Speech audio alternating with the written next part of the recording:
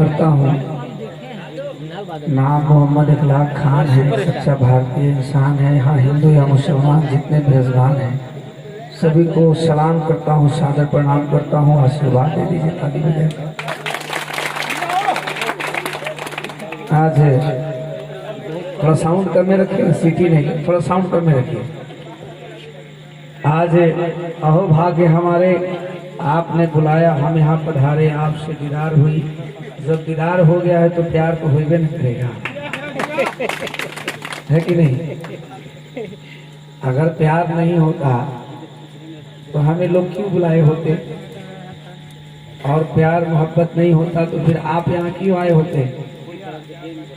तो ये बहुत ही अच्छा मौका है। भगवान श्री विश्वकर्मा जी के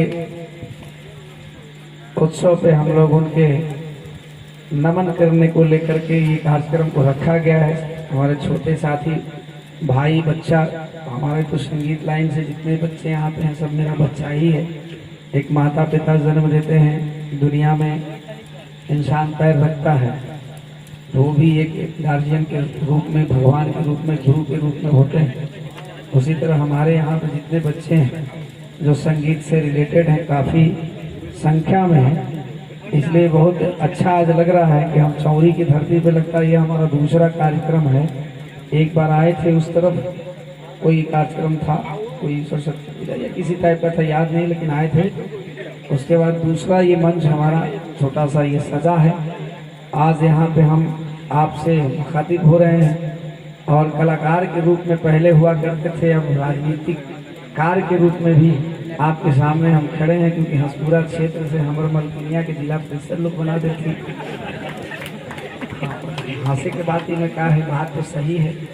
लोग कहे कि जिला परिषद 1 लाख जी थी, हम लेके हम ही हम कैसी हो गई, हमरा कैसी बना दे कमाए धोती वाला खाए टोपी वाला, कहावत है लड़का में सुना है। वही हाल हमरा जो हो गई, मेहनत के लिए हम आ मेहरारू के बना दे लोग जिला परिषद।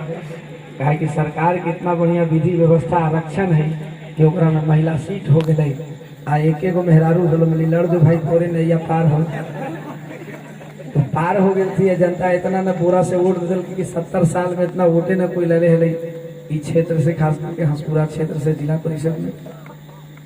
तो भाग वैसन होवे है।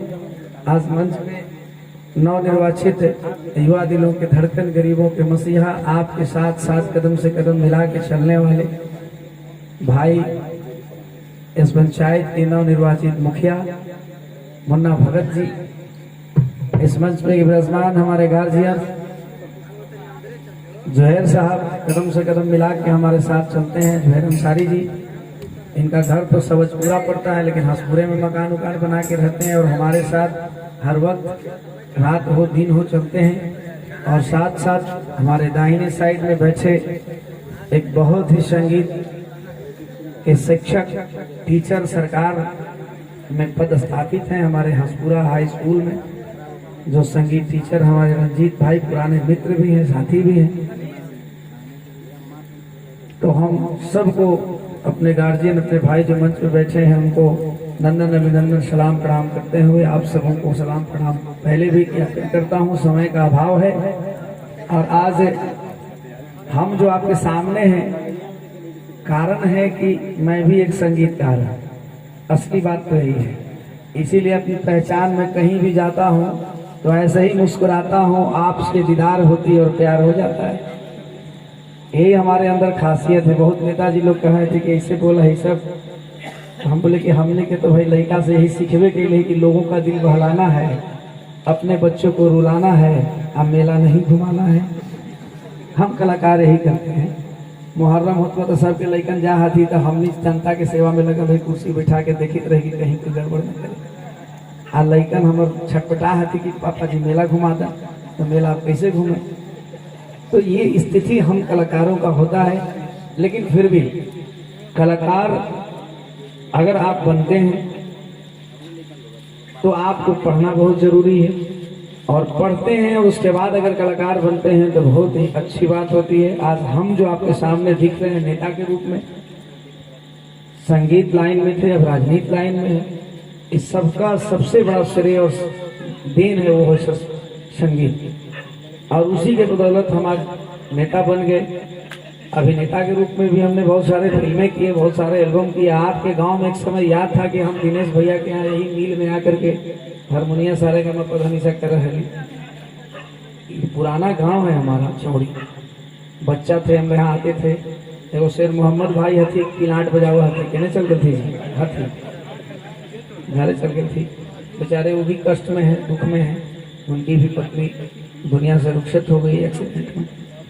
तो इस मंच से समय का अभाव है, हम भाषण क्या देना है, बस यही प्रेरणा है कि जैसे हम नेताओं को बुलाया जाता है, कहीं न कहीं बच्चे बुलाते हैं, तो कुछ न कुछ अपने पास जो विशेषताएं होती है वो बताना पड़ता है।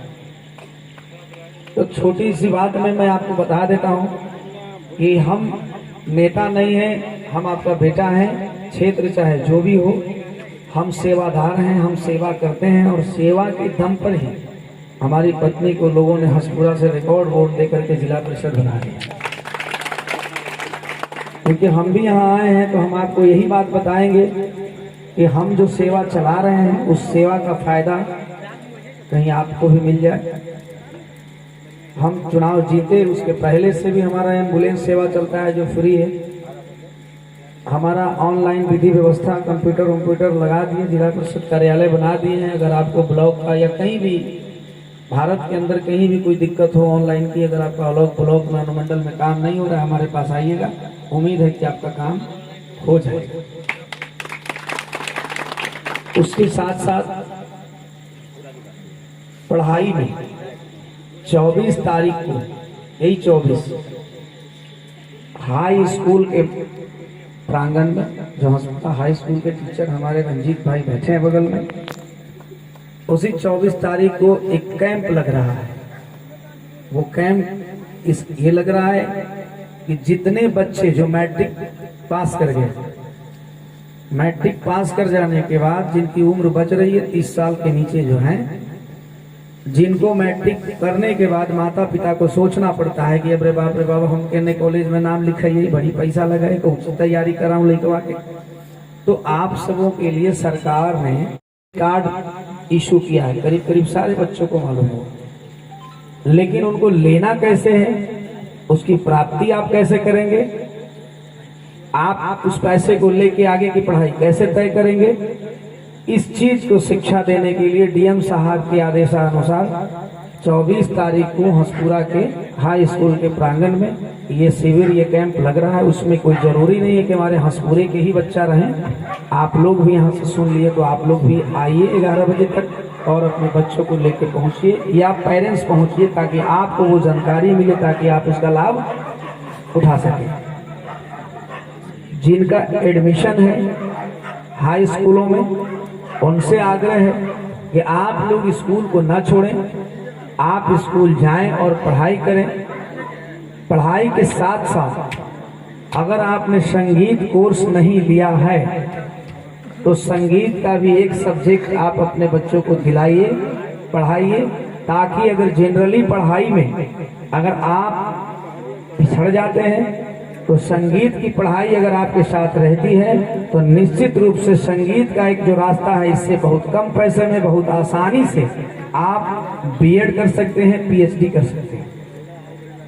जिसको कराने के लिए हम खुद आपके सामने खड़े हैं, हमारे रंजीत भैया खड़े हैं, सारा एडमिशन चालू है, चल रहा है। हमारा छोटा भाई रंजन है, उसका भी संगीत महाविद्यालय चलता है। आपको बहुत ज्यादा पैसा खर्च नहीं होता है, सालाना मात्र 2500-3000 रुपया आपका एक्स्ट्रा लगता है। आप अपने बच्चों को संगीत का भी कोर्स कराइए। अगर 7वां में बच्चा है या 6ठा में बच्चा है तो पढ़ाइए, और मैट्रिक का पास करने के बाद संगीत से भी ग्रेजुएशन हो जाएगा। नहीं तो बच्चों को कम से कम संगीत की सब्जेक्ट दे दीजिए। अगर संगीत का सब्जेक्ट आपको लिया हुआ है तो यदि आप जनरली पढ़ाई भी कर करके अगर आप ग्रेजुएशन कर जाते हैं, +1 2 कर लेते हैं, 11 12 कर लेते हैं, तो आप संगीत का पढ़ाई नहीं भी किए, अगर कोर्स खाली लिए हैं तो डायरेक्ट आप ग्रेजुएशन संगीत से डायरेक्ट आप 4th ईयर का 5th ईयर का एग्जाम दे सकते हैं और डिग्री ले सकते हैं और मास्टर में नौकरी आसानी से पा सकते हैं। ये जानकारी आपको सभी लोगों से नहीं मिलेगा। हम लोग कभी भी जाते हैं तो बहुत लंबा चौड़ा भाषण नहीं देते हैं, बल्कि आपको जो मेरे अंदर जो जानकारियां हैं वो जानकारियाँ आप तक हम पेश करते हैं। यही खासियत हम लोगों में है और खास करके मेरे अंदर है कि हम कहीं भी जाते हैं तो आपकी सेवा हम भाषण से भी सेवा करते हैं, ताकि आपको कुछ जानकारियाँ हो हमारे बारे में। आपको बहुत लोग फंसते हैं अस्पताल में, पटना में जाते हैं अस्पताल में फंस जाते हैं। जब फंस जाते हैं प्राइवेट अस्पताल में, तब हमारे पास आकर के जो है फोन लगाते हैं कि भैया ये हॉस्पिटल में भर्ती अली देखा ना 2 लाख के बिल बना देने का। ये अक्सर हाँ आप लोगों के साथ होता है।